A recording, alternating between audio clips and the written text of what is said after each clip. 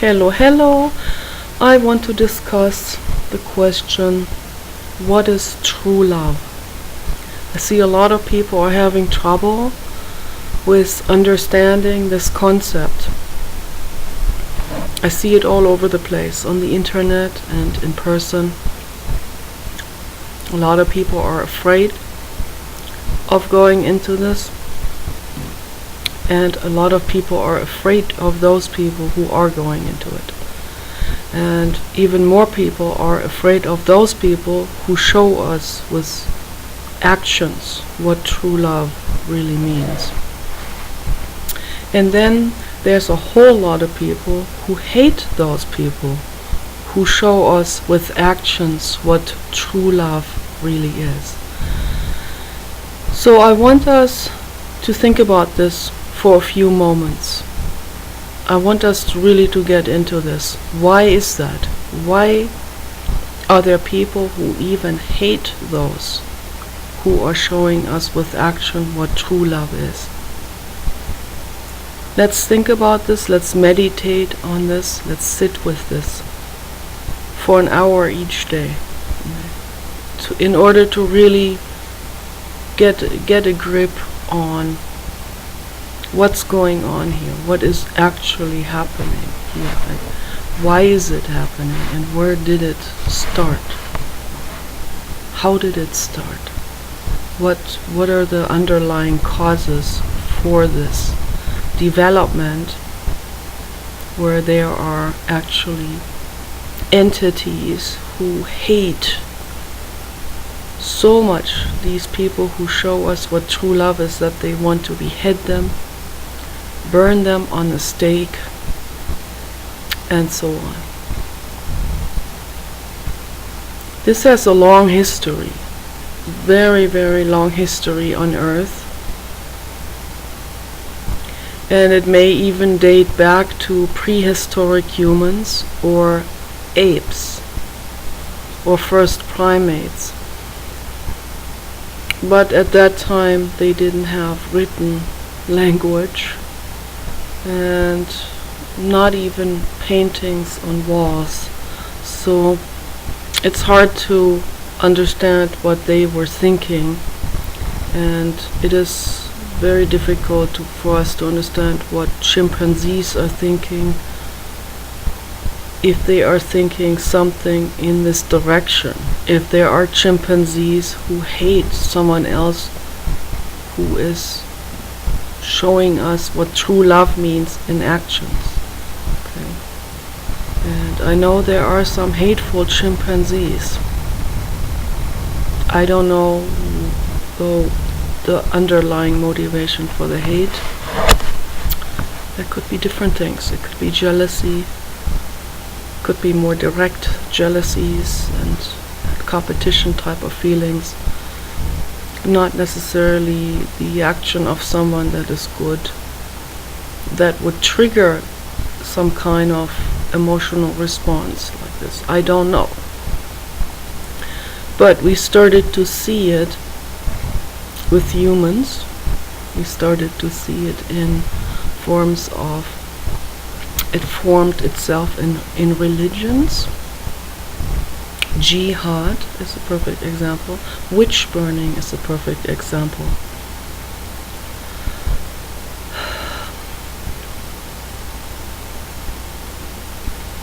And these people who practice these hateful religions, they thought they were justified. They thought they were doing good. They thought they were serving their gods. People have thrown their own teenage daughters into volcanoes in South America because they were terrified of their gods and they wanted to please them.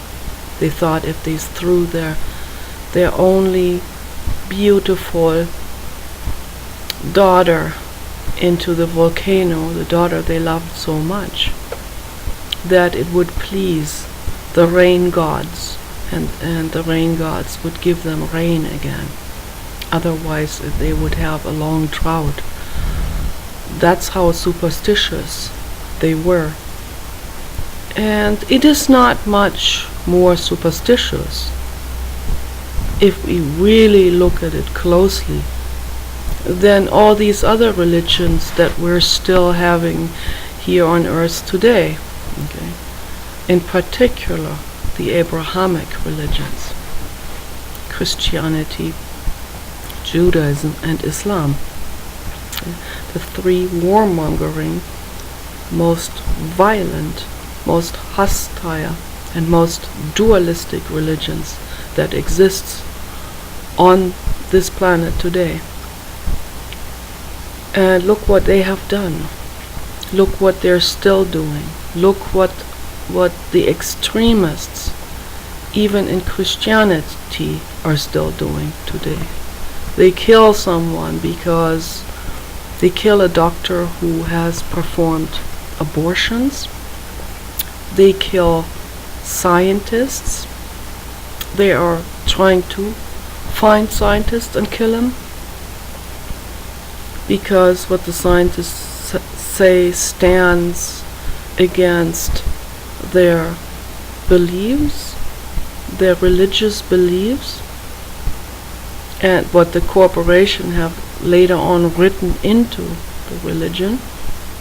They use religion for their advantage, of course.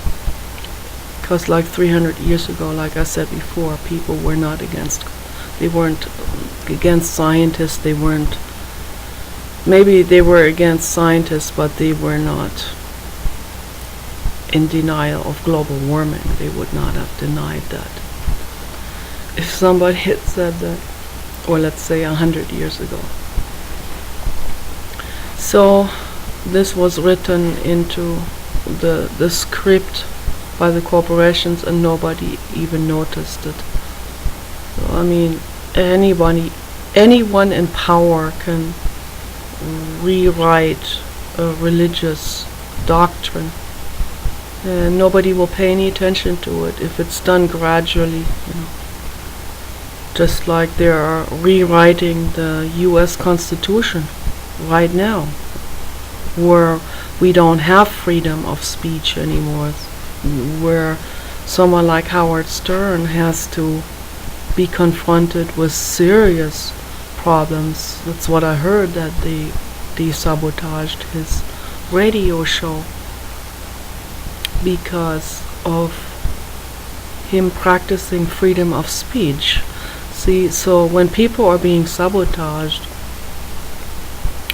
massively, and particularly by the people in legislation, then we're not dealing with freedom of speech at all. And that's something that would really make Thomas Jefferson angry if he saw what they were doing today. Particularly what they are doing with his own amendments that he has put into the Constitution. So this is all food for thought, and I think people should really ponder over this and not duck away from these serious questions. We have a responsibility, each person, each one of us has a responsibility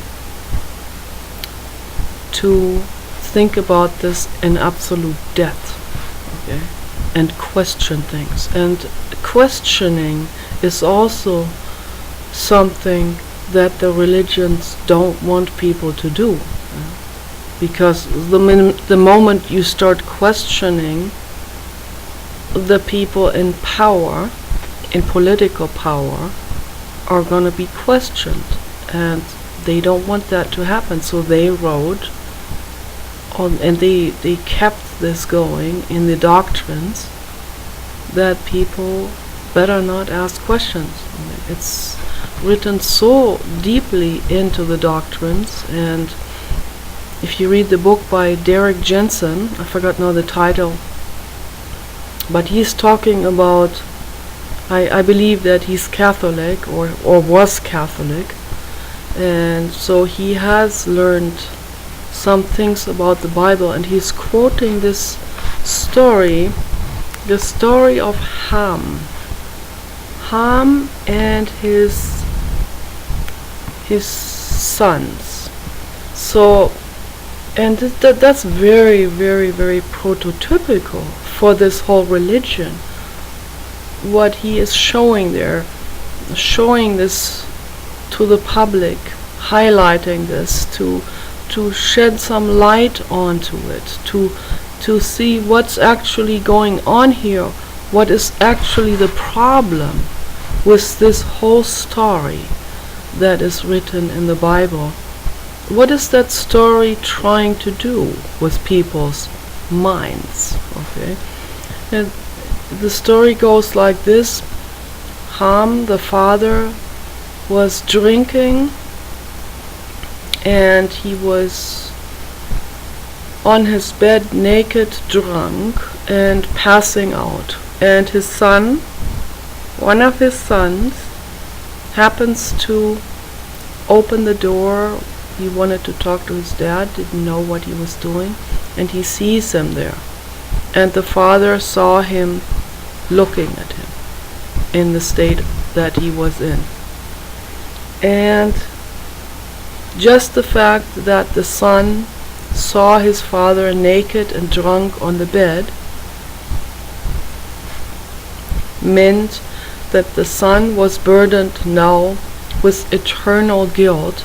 Not the father who was irresponsibly acting, but the son who saw the father. Just for seeing the father, that was the crime.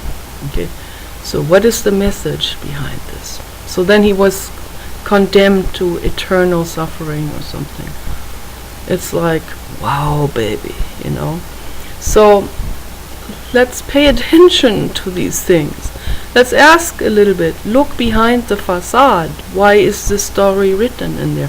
And that was written a long time ago, I believe. That was written in there in this collection of doctrines for the Christian religion. That was written in there like 1300 years ago or something, I believe.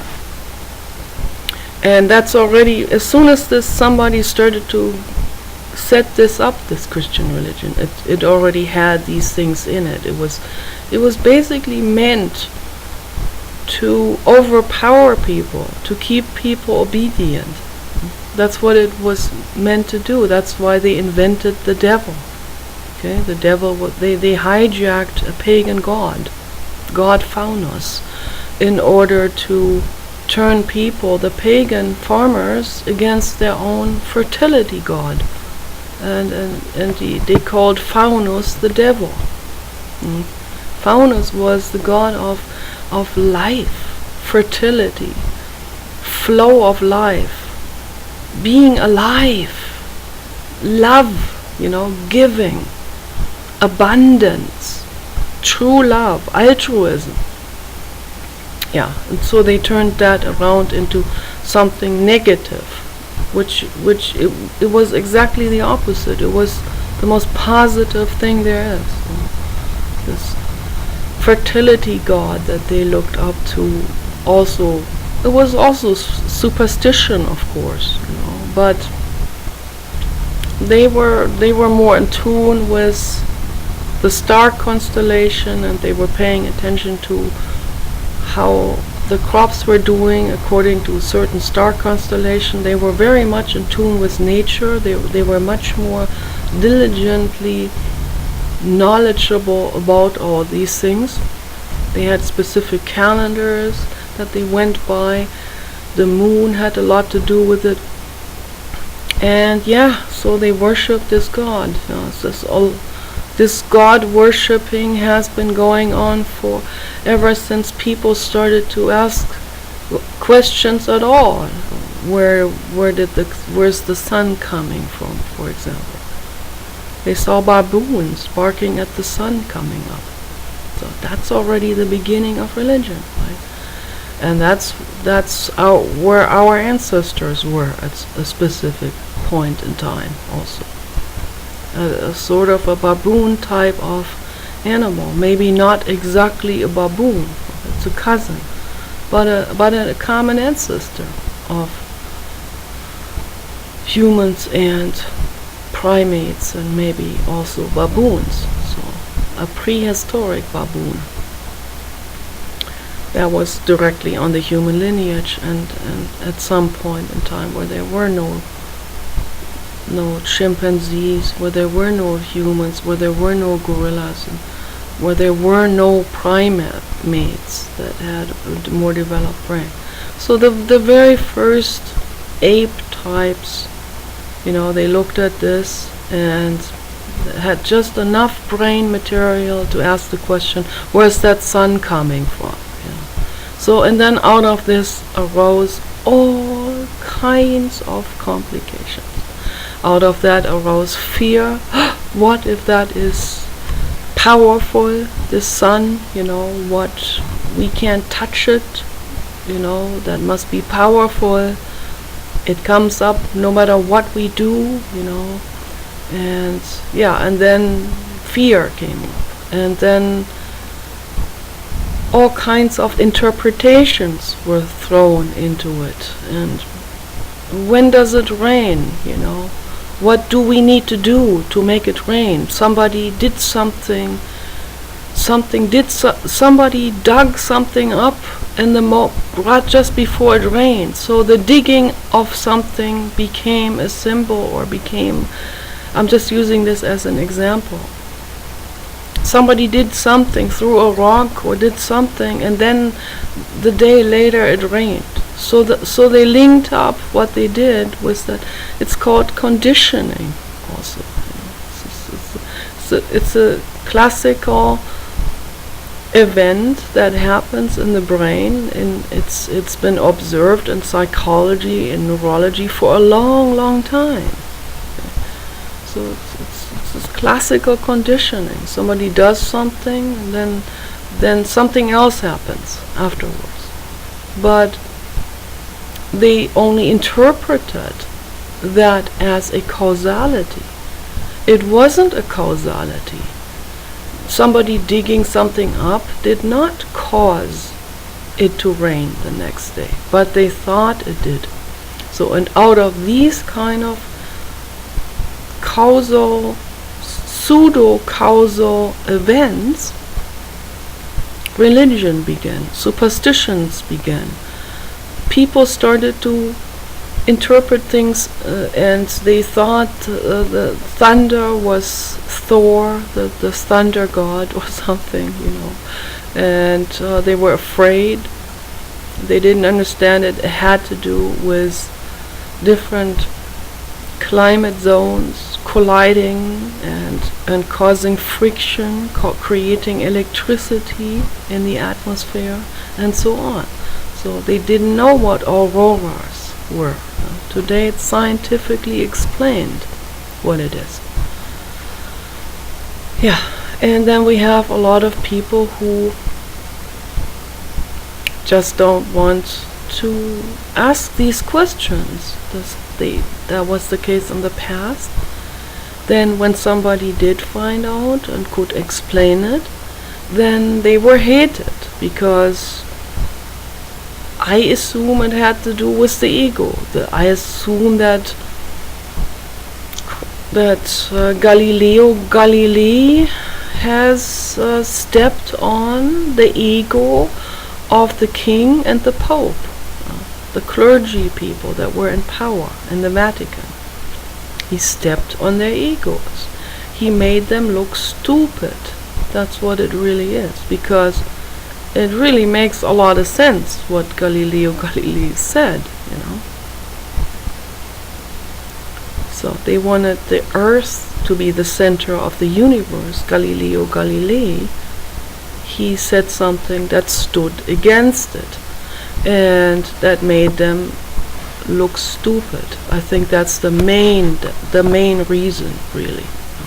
That's why people get so incredibly furious when somebody says something that makes a whole lot more sense, and that stands in total contradiction to what they have believed before.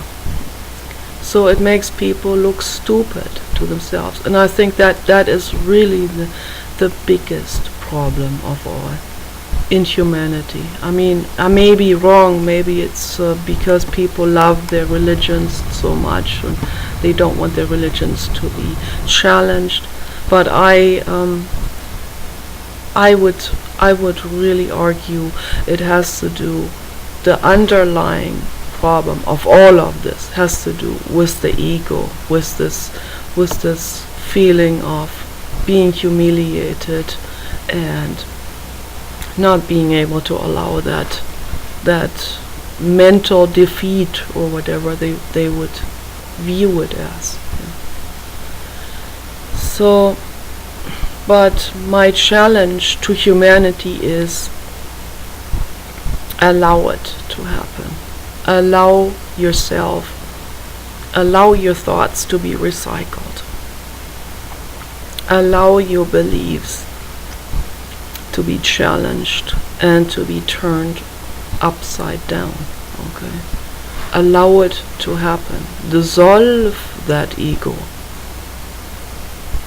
Once you dissolve the ego, you will be in a mental state of finding true love. I guarantee it to you. I want to make a video about this every day. I want to get into this more in depth. I don't want to make the videos too long. So take care. Peace out. Bliss out. See you later.